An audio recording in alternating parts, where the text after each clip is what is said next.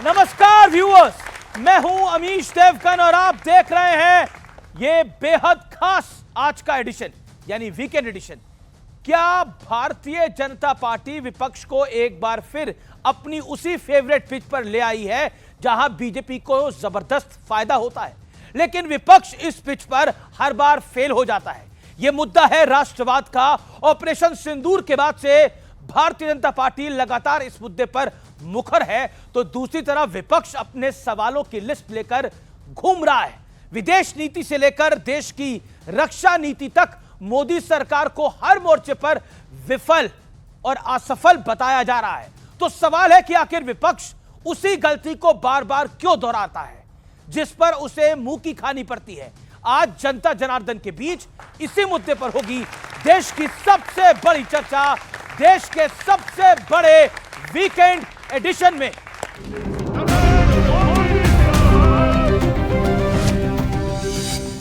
PM Modi ने बिहार चुनाव की हुंकार भर दी है, जिसमें एक तरफ विकास है, विरोधियों पर करारा वार है, तो दूसरी तरफ ऑपरेशन सिंदूर के बाद राष्ट्रवाद का भी जबरदस्त जोर है कि लालटेन और पंजे वाले कहते हैं परिवार का साथ, परिवार का विकास। अपने अपने परिवारों के हित के लिए ये देश के बिहार के करोड़ों परिवारों का अहित करने से भी नहीं चूकते।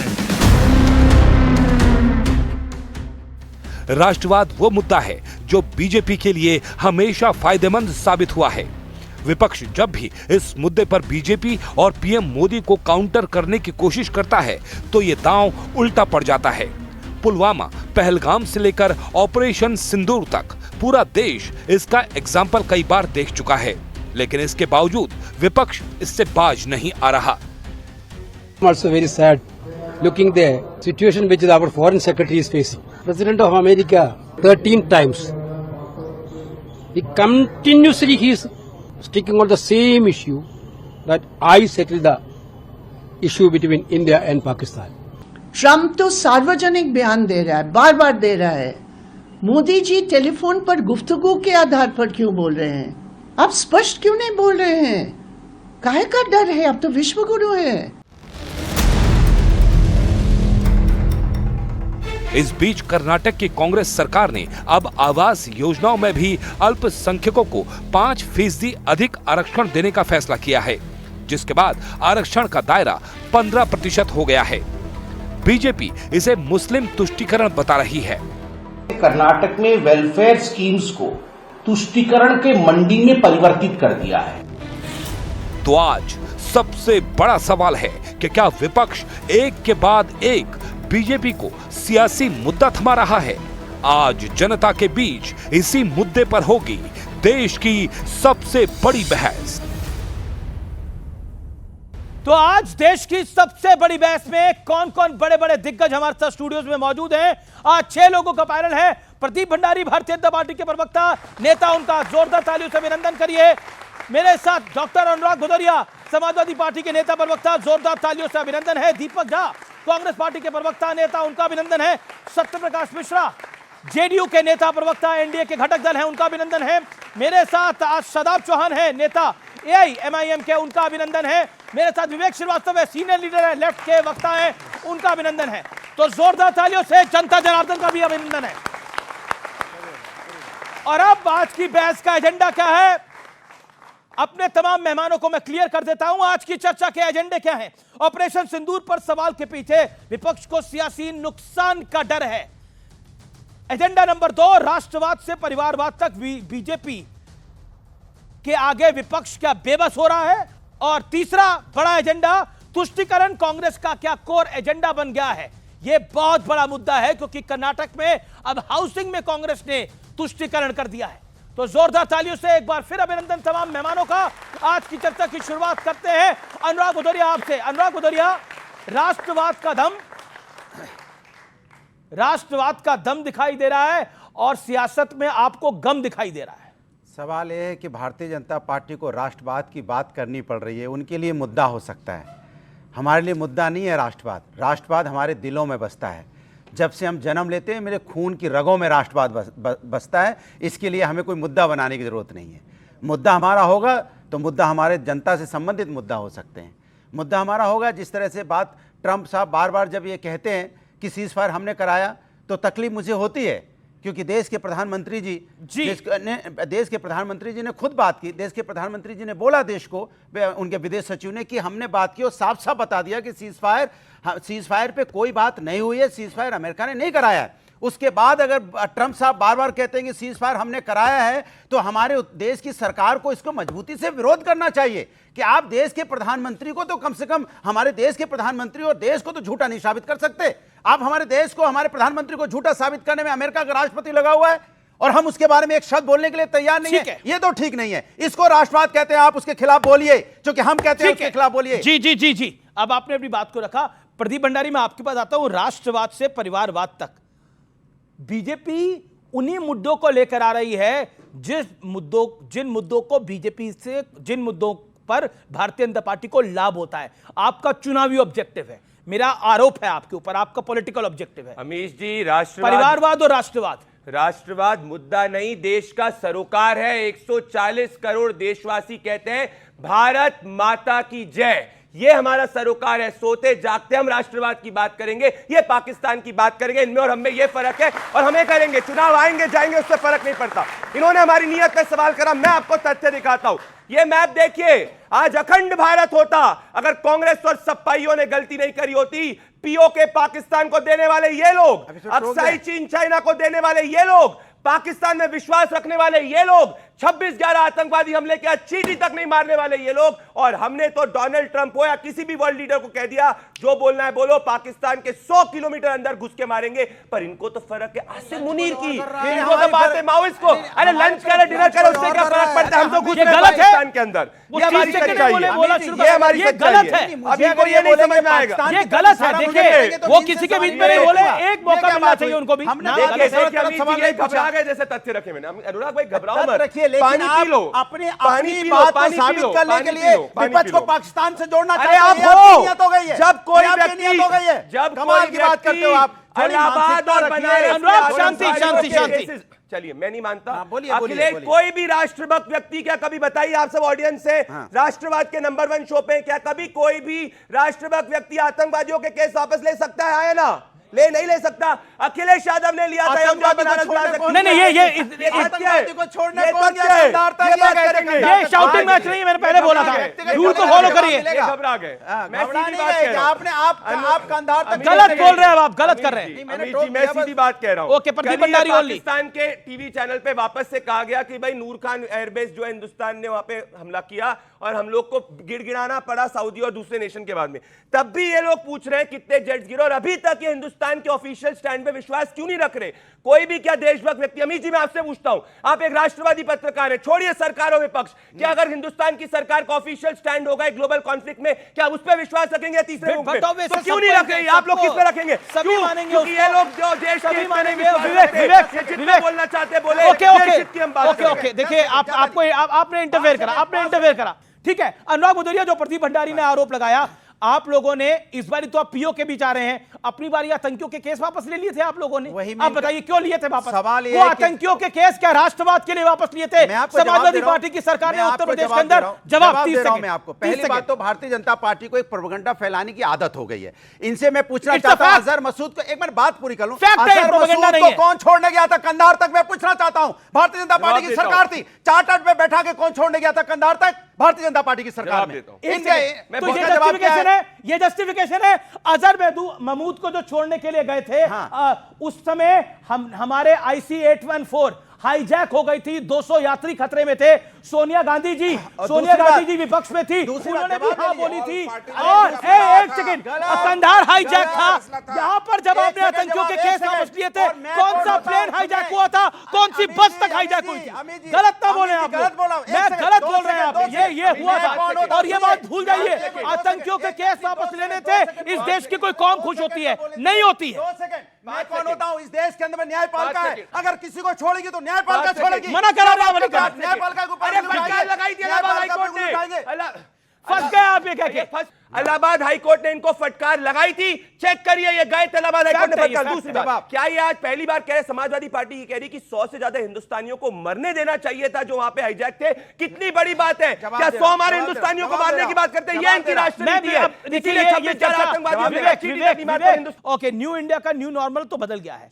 अब act of terror is act of war. आपकी जब सरकार थी, आपसे मेरा तारुफ ये है कि कांग्रेस और लेफ्ट की जब सरकारें थी तब ये न्यू नॉर्मल नहीं था। अब ये न्यू इंडिया का न्यू नॉर्मल है कि एक्ट ऑफ टेरर यानी आतंक की घटना होगी तो वह एक्ट ऑफ वॉर होगा। और न्यू इंडिया का एक न्यू नॉर्मल एक और है, पता है ना आपको न्यू इंडिया का न्यू नॉर्मल क्या है? कि अब आतंकियों को बख्शा नहीं जाता है। अब आपका नॉर्मल क्या है? हमारा नॉर्मल यह है कि नए भारत की नई शुरुआत, नया विश्व, इसके अंदर पाकिस्तान के जनरल को बुलाया जाता है लंच पे। यह एक नया ट्रेंड है।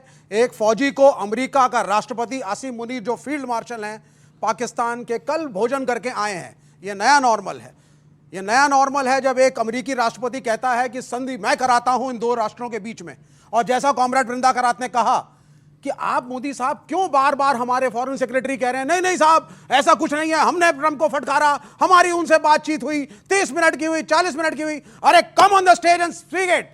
हम चाहते हैं मोदी साहब आए, माइक को उठाएं और बोले मिस्टर डोनाल्ड ट्रंप आपका कोई रोल नहीं रहा, यह संधि मैंने कराई, मेरे टर्म्स पे थी, भारत के टर्म्स पे थी। लेकिन ऐसा नहीं हुआ। यह नया भारत है साहब। इस नए भारत के अंदर हमारा कोई स्टैंड नहीं है। ना हम इजराइल के साथ हैं, ना हम ईरान के साथ हैं, ना हम 3 में, ना हम 13 में। ये वो हम देश अपने साथ हैं। सुनिए, हम अपने साथ हैं। आप किसी के साथ नहीं हैं। अपने साथ है वो सबके साथ। सुनिए, आप किसी के साथ नहीं हैं ओके। और ना आपके साथ कोई है। सुनिए, ओके, पाकिस्तान का लास्ट कहना 20 है, सेकंड्स। 10 सेकंड सिर्फ दीजिए मुझको। पाकिस्तान को इसलिए भी बुलाया गया है यूनाइटेड स्टेट्स के अंदर खाने पे। उस भोजन की इंपॉर्टेंस यह है कि पाकिस्तान ने अगर अपने न्यूक्लियर आर्सेनल ईरान को दिए तो पलड़ा इजराइल के खिलाफ होगा। हिंदुस्तान क्यों नहीं स्टैंड लेता है? ठीक है, ओके, आप ओके, यूनाइटेड शत्रुघ्न नेशंस में मिश्रा। जाकर के कहते हैं हम सीज फायर पे वोट ही नहीं देंगे, ओके, ना पैलेस्टीन के साथ, ओके, ना ओके, इजराइल के साथ। ओके, ये विवेक जी बहुत परेशान है। विवेक जी इतने परेशान है कि उन्हें लग रहा है कि सब कुछ अभी हो जाना चाहिए, सब कुछ मोदी जी को ही बोलना चाहिए। ठीक है, मैं उनकी अपेक्षा पर उनको यही कहना चाहूंगा कि आप थोड़ा चश्मा बदलिए विवेक जी। ये अंधे होकर देखने का जो आपका तरीका है, कौन किसके साथ है, कौन किसके खिलाफ है, ये गली मोहल्ले छोरों की लड़ाई नहीं कि दो उधर खेल रहा है दो इधर खेल रहा है। पहले समझिए कि अंतर्राष्ट्रीय स्थिति में भारत ने जब ऑपरेशन सिंदूर लॉन्च किया, क्या दुनिया का कोई देश बोला कि रोको ऑपरेशन सिंदूर? एक बयान दिखाइए आप किसी भी राष्ट्राध्यक्ष का, पूरी दुनिया का। क्या अमेरिका ने बोला, क्या फ्रांस ने बोला, क्या जर्मनी ने बोला, क्या ग्रेट ब्रिटेन ने बोला? जिस दिन पहलगाम की घटना हुई दुनिया की सारी महाशक्तियों ने कहा कि भारत को आत्मरक्षा का हक है। यहां तक चीन ने उसको कहा कि यह बहुत घटिया घटना है, इसकी जितनी निंदा की जाए कम है। भारत अपने बल पर पाकिस्तान को सबक सिखा सकता है और सिखाया है। रहा ट्रंप की बात, वो बार बार बोलते रहते, अरे हमने अपने फॉरेन सेक्रेटरी छोड़े हुए ट्रंप के लिए। ट्रंप का इलाज फॉरेन सेक्रेटरी काफी है, मोदी जी को जरूरत नहीं है। और जरूरत पड़ी तो 35 मिनट बात करके उन्होंने स्पष्ट कहा और देश को जानकारी दी। अगर आपको, और दूसरी बात, राहुल गांधी की क्या दिलचस्पी है कि वो नरेंद्र सरेंडर कर रहे हैं? क्योंकि वो पाकिस्तान की जीत दिला रहे। पाकिस्तान अपने देश में कह रहा हम भारत से जीत गए, और राहुल गांधी वहां जाके जिलेबी बांट रही है, क्या करे, हाँ तुम तो जीत गए, हमारा नरेंद्र सरेंडर कर गया। जबकि नरेंद्र मोदी के सामने आतंकवादियों की ये जो ताकत आतंकिस्तान है उसने सरेंडर किया, और डीजीएमओ ने फोन करके कहा प्रभु अब सीज फायर चाहते हैं। ओके, मैं करता हूं दीपक आपका रुख। दीपक जी, एक बात बताइए, ये न्यू इंडिया का न्यू नॉर्मल और राष्ट्रवाद से परिवारवाद तक आप हर खांचे में फंस जाते हैं। देखिए, न्यू इंडिया में एक बात है, हरिशंकर परसाई ने कही थी, आत्मविश्वास 3 तरह के होते हैं, धन का, बल का और सुंदरता का, लेकिन जो सर्वोपरि है वो है मूर्खता का। तो भाजपा के पास मूर्खता का जो आत्मविश्वास है वो सर्वोपरि है। एक गूगल की बात करते, मैं कहता हूं गूगल पे मत जाइए। हमारे भाजपा के पास मूर्खता का सर्वोपरि आत्मविश्वास है। मूर्खता का आत्मविश्वास सर्वोपरि। मतलब भारतीय जनता पार्टी मूर्ख है आपकी राय में? मैं ऑफेंड लेता हूं इस तरीके के स्टेटमेंट। नहीं, आप ऑफेंड लीजिएगा, ये गलत है, ये इनकी नीति है। अरे ठीक है, शांति रखिए। आप सुनिए, एक सेकेंड देखिए, कर रहे हैं। सुनिए, हमारे लिए जननी जन्मभूमिश्च स्वर्गादपि गरीयसी। जब आप लोग बच्चे थे ना, पढ़ते थे, तन समर्पित मन समर्पित और यह जीवन समर्पित, चाहता हूं इस देश की धरती तुझे कुछ और भी दूं। तन मन धन खून का एक एक कतरा हम इस धरती को देते हैं। और इसके अलावा जब आप छोटे थे ना, जब हम पढ़ते थे, जब आप पढ़ते थे ना, और उसको पढ़ के बड़े हुए हैं। तो अब कांग्रेस में तो बदल गया सब कुछ। सुनिए, अब तो तन समर्पित मन समर्पित सब कुछ एक परिवार को। अमित जी, आप इन पैनलिस्ट को बोल रहे थे, बीच नहीं बोलेंगे। मैं तो अब आपने पॉइंट रख रहा हूं। आप बात यह है कि ब्रिक्स का क्या हुआ, सार्क का क्या हुआ, आपका पड़ोसी कौन, नेपाल, बांग्लादेश, भूटान, अफगानिस्तान आपके साथ है। हाँ, ठीक है, ओके ओके। मैं रुका वो कह रहे हैं हाँ ओके।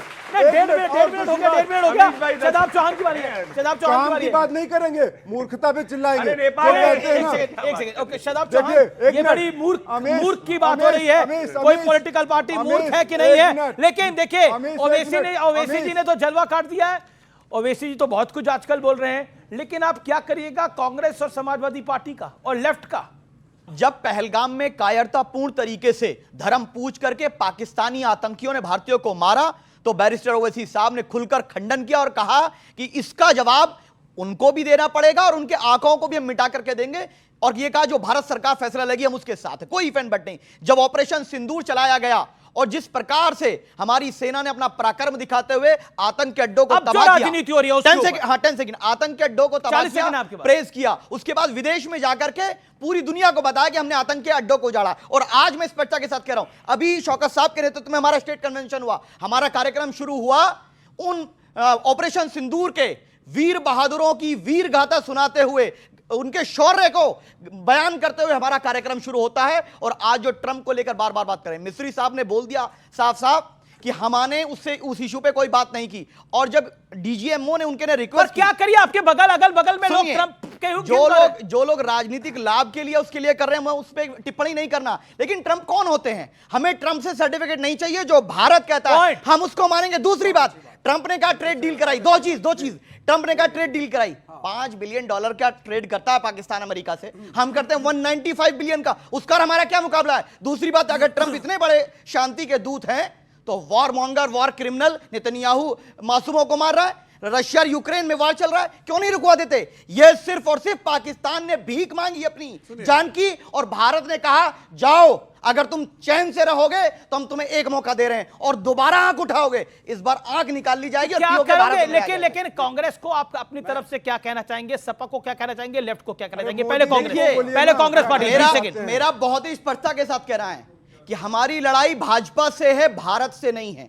और भारत की जो सेना जो पराक्रम शौर्य दिखाती है, हमारी सेना सक्षम है।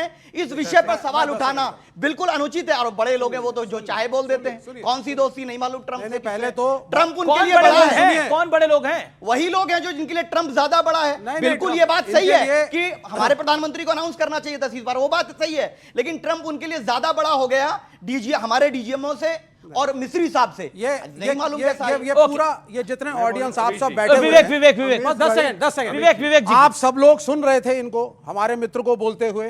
क्या आपको इनकी भाषा में और प्रदीप भंडारी की भाषा में कोई फर्क दिख रहा है? भारत की बात आएगी, भाषा एक है। बोलने दीजिए। भारत की बात आएगी, भाषा एक है।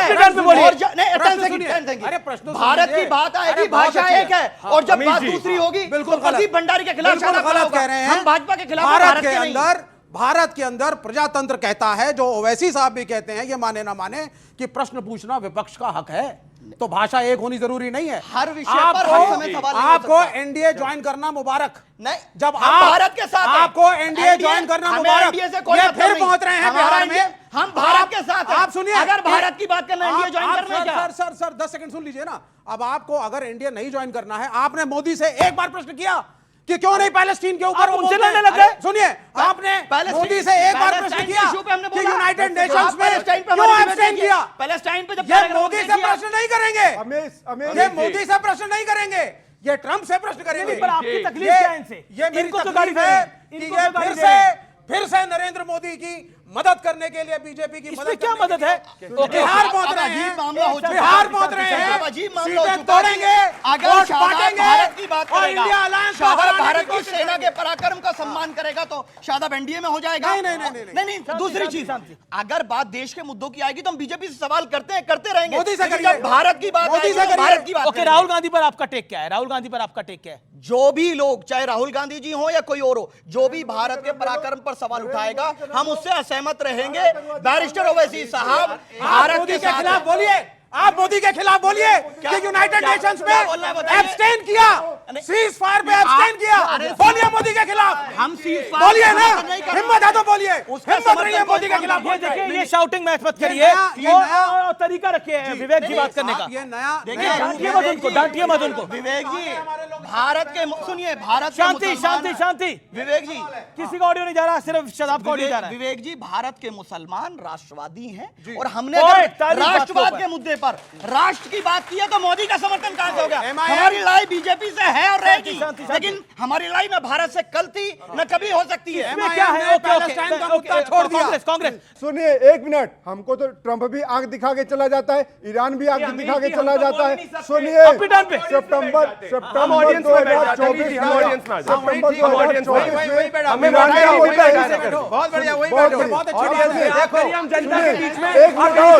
नहीं, आपको बोलने का मौका मिलेगा। हाँ, जनता के बीच में जनता के लोग होते हैं, तभी आप विपक्ष में बैठते हो, जनता के साथ बोलते इंडिया अलायंस की हम लोगों की अपील है, इनको वहीं बिठाइए, वहीं बिठाइए,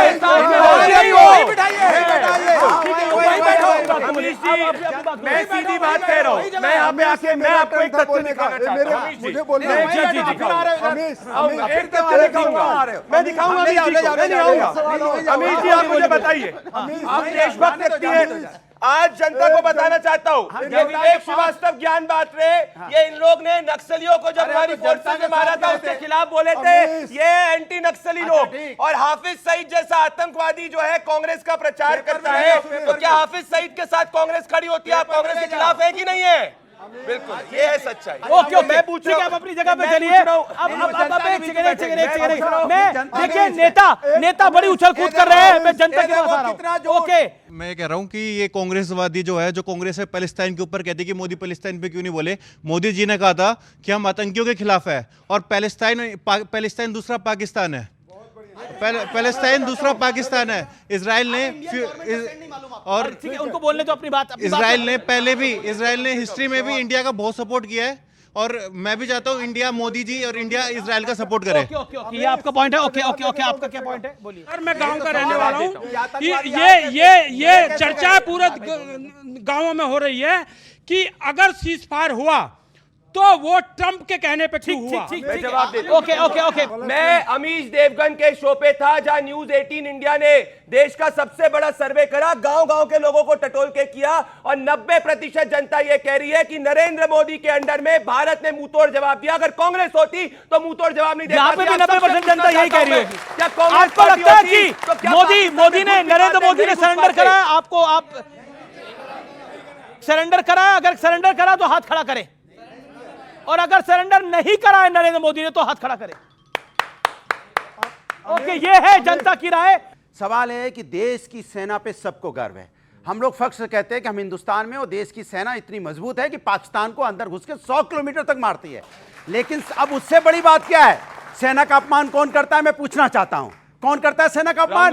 इनके एक, अभी बीच में इनके एक मंत्री हैं, क्या कहते हैं पता है आपको? इनके मंत्री जी कहते हैं कर्नल सोफिया जी, जो उसने मुश्किल वक्त में देश की एक फौजी बेटी जो बार बार हमको ब्रीफ कर रही थी हमारे देश में क्या हो रहा है, वॉर पे वहां क्या हो रहा है, तो उसको कह रहे थे आतंकवादी की बहन, इनके मंत्री। और हमारी बहनें जो वहां पे जिनका सींदूर उजड़ गया, जिनका जी। उनको कह रहे थे, इनके एक सांसद कह रहे हैं, रामचंद्र जाखड़ा जी कह रहे हैं, उनके अंदर वीरांगना का भाव नहीं था। आप उनके बहनों पे क्वेश्चन उठा रहे हैं। रुकिए एक मिनट। और इनके और एक एमएलसी हैं जो नहीं बोलने दीजिए, रवि कुमार क्या कहते हैं पता है आपको?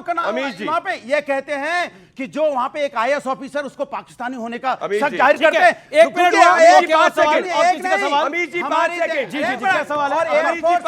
ज्यादा लंबा नहीं, मैं ज्यादा लंबा किसी का जवाब नहीं लूंगा। आपका पॉइंट क्या है? सर जी, बीजेपी प्रवक्ता से प्रश्न है कोई भी देश का वासी ऐसा ये नहीं मानता कि नरेंद्र मोदी ने सरेंडर किया है, और हमें गर्व है अपनी सरकार पर, अपनी सेना पर। लेकिन सरकार ने पाकिस्तान से आसिम मुनीर का सिर क्यों नहीं मांग लिया? ओके, आसिम मुनीर का सिर चाहिए था, ये एक भावना है देश की। ओके प्रदीप भंडारी, मैं आपकी भावना का सम्मान करता हूं। ऑपरेशन सिंदूर बंद नहीं हुआ है, हमारी सेना पर पूर्णतः विश्वास करिए। इनके जैसे हम नहीं सेना के हाथ बांधेंगे। और ये कर्नल सोफिया कुरैशी की बात करते हैं अमीश जी, कर्नल सोफिया कुरैशी का परिवार प्रधानमंत्री मोदी जी के रोड शो में था, उनको धन्यवाद कर रहा था। ये रामगोपाल यादव वाले लोग और आजम खान जिन्होंने सड़क का गुंडा बोला, ये बात करेंगे सेना की। सत्यप्रकाश मिश्रा, 40 सेकंड में ये बताइए, बिहार पे प्रधानमंत्री मोदी थे, वहां पर राष्ट्रवाद की भी बात हुई, वहां पे परिवारवाद की भी बात हुई, क्यों?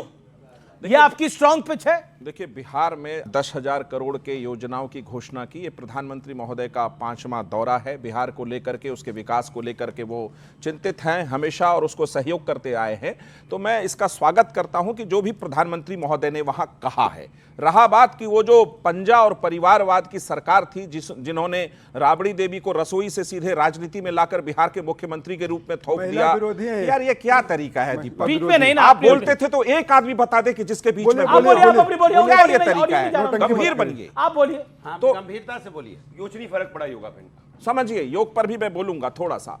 तो उससे बचाकर जो 20 सालों में हमने 14% का जो विकास दर ले गए हैं, उसको आगे बढ़ाने की जरूरत है। वो प्रधानमंत्री और नीतीश कुमार जी का एक यात्रा है, वो चल रहा है। अब आइए थोड़ा सा मैं आता हूं ट्रंप और योगा पर। आप जब G20 का समिट हो रहा था दिल्ली में, बाइडेन को प्रेस कॉन्फ्रेंस नहीं करने दिया प्रधानमंत्री नरेंद्र मोदी जी ने। ये क्या ये नहीं देखा आपने? तहव्वुर राना को लेकर के आए भारत की सरकार ने, क्या ये आपने ये नहीं देखा? क्या आपको याद है कि मनमोहन सिंह की सरकार में मणिशंकर अय्यर पेट्रोलियम मिनिस्टर होते थे, इसी ईरान से गैस पाइपलाइन आना था, वो उसके समर्थक थे। मनमोहन सिंह को अपने मंत्री को हटाना पड़ा क्योंकि अमेरिका का दबाव था। हमने आज तक अमेरिका के दबाव में कुछ नहीं किया, ये बात सही है। अब आइए योग पर। योग क्षेमम वहम्यहम गीता का 9वें अध्याय का 22वां श्लोक है। योग जोड़ता है। योग सिर्फ आसन नहीं है, योग कर्म योग है, ज्ञान योग है, ध्यान योग है, भक्ति योग है। आप भक्त बने भगवान कृष्ण के, आप योग में हैं, आप नाम जप करते रहे, आप योग में हैं। योग सिर्फ आसन नहीं है। बहुत अच्छी बात कि आपने शीर्षासन किया, लेकिन यह पहली बार किसने 21 मई को दुनिया में विश्व योग बनाने का अवसर दिया? यह प्रधानमंत्री नरेंद्र मोदी जी के अथक प्रयासों से संभव हुआ।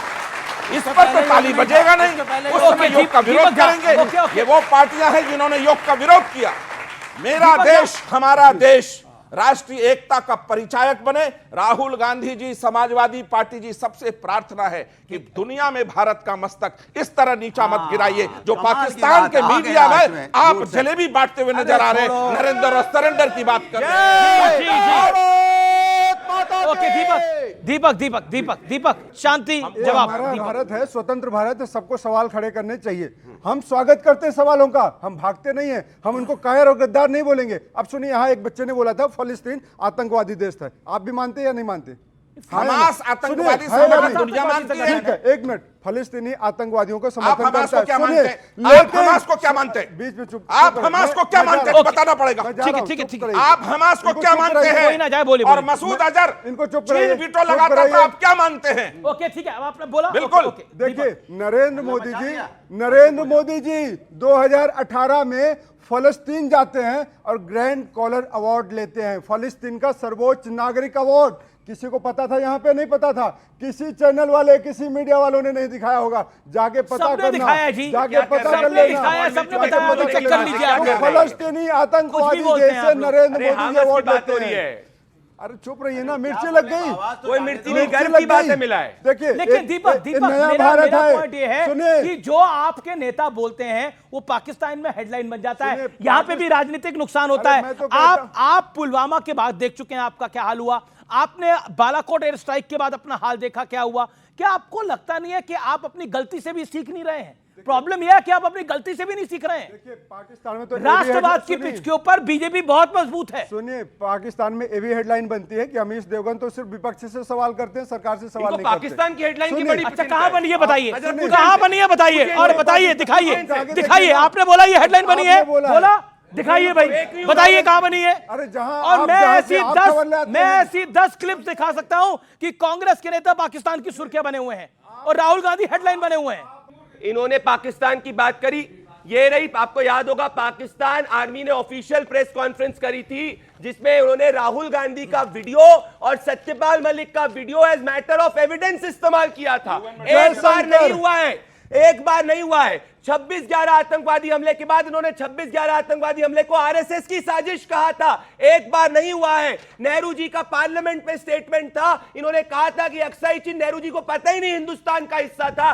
सियाचिन ग्लेशियर ये पाकिस्तान को देने की बात कर रहे थे, ये हमसे क्या देशभक्ति की बात करेंगे? एक बार मैं चैलेंज करता हूं अमित जी आपके स्टेटमेंट पे, एक बार होती है गलती, दो बार समझ में बार पाकिस्तान राहुल गांधी के स्टेटमेंट को ही क्यों कोट करता है? उसके कोट के बाद राहुल गांधी पाकिस्तान के खिलाफ एक ट्वीट दिखा दी। और दूसरा चैलेंज, 10 साल में राहुल गांधी की सेना के साथ एक फोटो वीडियो दिखा दो, सेना के साथ खड़े हुए कोई वीडियो फोटो?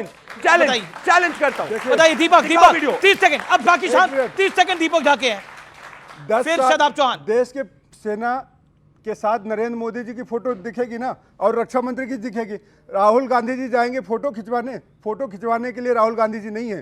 राहुल गांधी जी सेना का सम्मान करते हैं, राहुल गांधी जी सेना के लिए जीते हैं। राहुल गांधी के साथ मिल लेंगे, सेना के साथ मिलेंगे। क्या आप बीच में बोल रहे हैं? ऑडियो डाउन करा हुआ मैंने। दीपक झा, सेना कोई 100 पीस है क्या कि सेना के साथ फोटो खिंचाएंगे भाई? अरे सेना के साथ फोटो खिंचाएंगे। कब सेना का मनोबल बढ़ा है? एज अ नागरिक चुप रहो, कुछ नहीं है इनका सेना के साथ, एंटी नेशनल लोग। ये क्या है? योगा सीखो। आप बताओ, योगा तुमसे अच्छा आता है। शांति। ओके, मैं शादाब चौहान आपकी बात थोड़ा अनुलोम विलोम करना। कांग्रेस पार्टी और समाजवादी पार्टी और लेफ्ट, मैं बार बार इसलिए आपसे ये बात पूछ रहा हूं, क्या आपको लगता है कि ऑपोजिशन के इश्यूज को डिरेल कर देती है? कांग्रेस पर आपका टेक क्या है? हमारा मानना यह है कि राहुल जी भी शायद कहीं से आए हैं, उन्हें इस विषय से अगर अच्छा, विदेश सुना नहीं, मुझे जानकारी नहीं।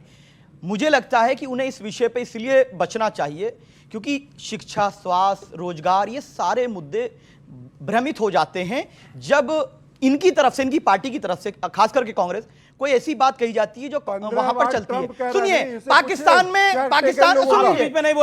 में राहुल गांधी जी भी चल रहे हैं और बैरिस्टर ओवैसी साहब भी चल रहे हैं, लेकिन बैरिस्टर ओवैसी साहब को क्या कह रहे हैं? वहां से धमकियां मिल रही हैं, गालियां दे रहे हैं, कह रहे हैं कि ये तो ये कर रहा है, वो कर रहा है। बैरिस्टर ओवैसी ने कहा मैं, तो राहुल गांधी को क्या मिल रहा है? सुन लीजिए, बैरिस्टर ओवैसी ने कहा मैं भाड़ में जाए तुम्हारी धमकियां, जब मेरे राष्ट्र की बात आएगी मैं राष्ट्र के साथ खड़ा हूं, राष्ट्र की सरकार के साथ खड़ा हूं, जब मेरा इंटरनल मामला होगा सरकार से सवाल करूंगा। दूसरी बात, राहुल गांधी को क्या मिल रहा है? बिल्कुल राहुल जी की क्लिप्स, उनकी क्लिप्स को इस्तेमाल किया गया, वो सही था गलत था एक अलग विषय है, लेकिन हम ये कह रहे हैं कि ऐसे पाकिस्तान अगर राहुल जी की क्लिप का इस्तेमाल करे तो गलत ही है।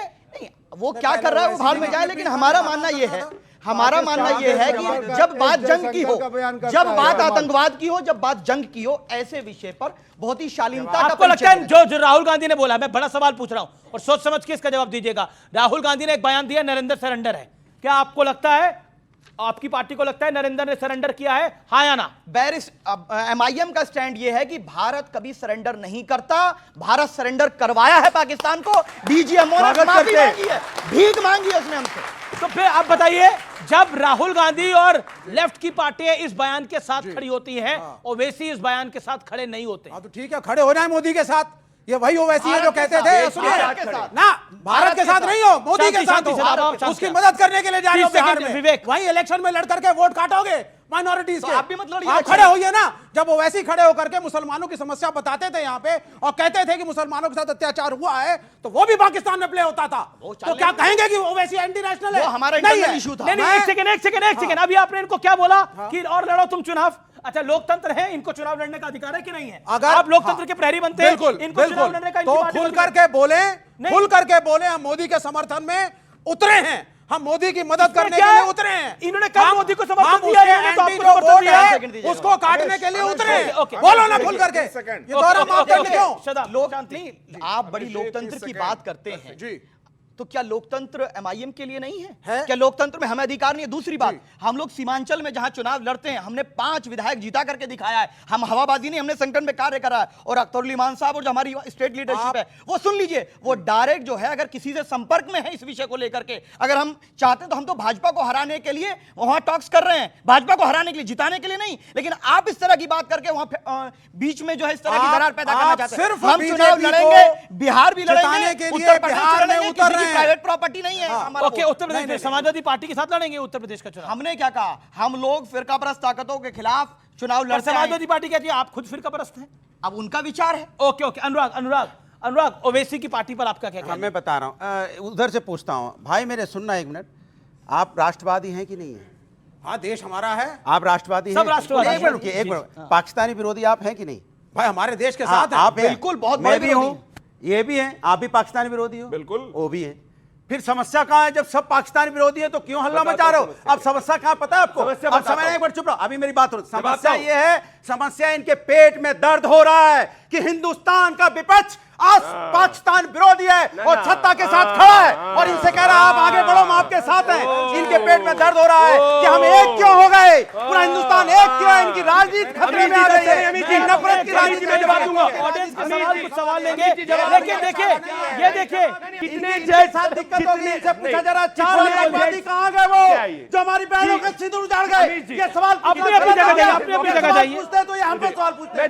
सोचिए आप, ये देखिए, मैंने इनको एक एक अमीश जी, मैं जनता से पूछना चाहता हूँ, ये बोलोगे तो 4 आतंकवादी को नाम लेने बदले। शांति शांति, अनुराग शांति, अनुराग जी शांति प्लीज। हिंदुस्तान के कितने जेट्स गिरे, ये कोई देश में पूछ सकता है? इन्होंने पूछा आतंकवादियों के किस किसने वहां पे इन्होंने लिया। मेरे योगा के सवाल, ये हैंड स्टैंड मैंने कराया, बहनों का सिंदूर जुड़ा है। सवाल ये है, हमारी 26 बहनों का सिंदूर जुड़ा है, अरे हमने 4 आतंकवादी कहां है? बताओ, आपके बात नहीं कर पा रहे हो।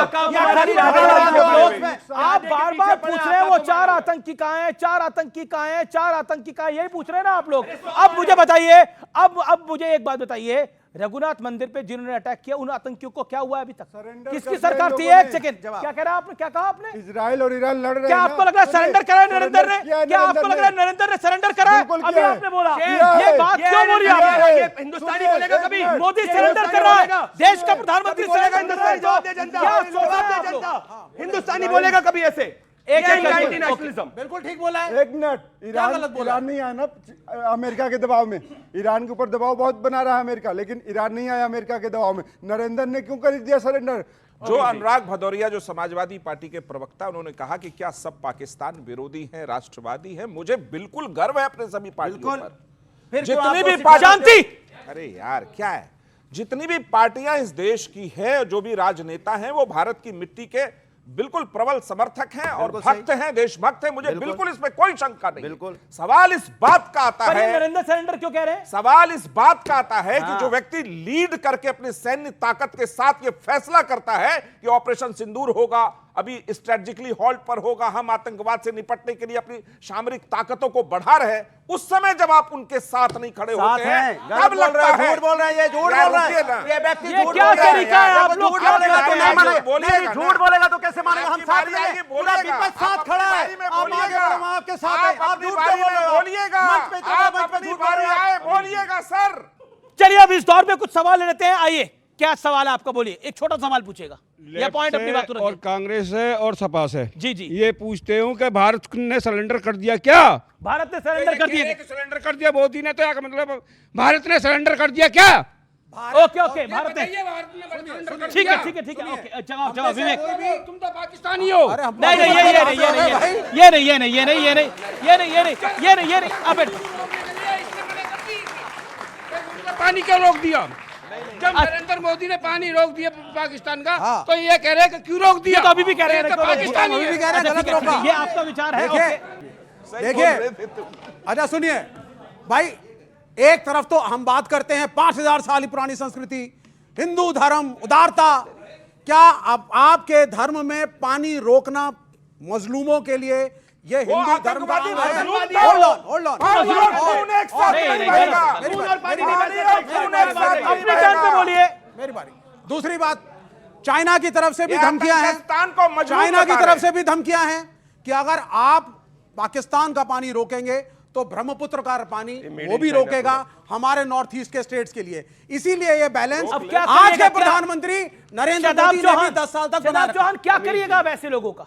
पाकिस्तान का स्टेट स्पॉन्सर्ड टेररिज्म हमारे लिए खतरा बना हुआ है, वो आतंकियों को पाल रहा है और वो मजलूम कह रहे हैं उनको। सुन लीजिए, आतंकियों के अड्डों को तबाह करने के लिए, उनको डराने के लिए, उनको समझाने के लिए जो भी पॉलिसी अपनानी जाए, चाहे पानी रोकना हो, चाहे उनके घर में घुसकर हमला करना हो, चाहे हम लोग जो भी उन्होंने शिमला ट्रीटी को कैंसिल किया ना, अरे भाड़ में जाए, हमारे लिए कोई फायदा नहीं। पानी रोकने से आपके बीच में नहीं बोलो, किसी के बीच में नहीं बोला वो व्यक्ति। शिमला ट्रीटी तुम कैंसिल करना, करिए, तुम्हारा नुकसान होने वाला है, हमारा नहीं होने वाला। तो पाकिस्तान को सबक सिखाने के लिए जो भी फैसला लिया जाता है भारत के हित में, वो उसमें कोई किसी को आपत्ति नहीं है। ठीक है। डोनाल्ड ट्रंप के लिए हमारे इंडिया के जो विदेश मंत्री हैं उन्होंने भी मना किया है कि डोनाल्ड ट्रंप का कोई रोल नहीं है। तो आप इससे एकता, हमारी यूनिटी को दिखा रहे हैं कि हमारे देश में यूनिटी नहीं है। यूनिटी नहीं है, ये दिखा रहे हैं। ओके, डोनाल्ड ट्रंप पे एक लाइन आप क्या कहना चाहते हैं शादाब चौहान? डोनाल्ड ट्रंप पे एक लाइन क्या है?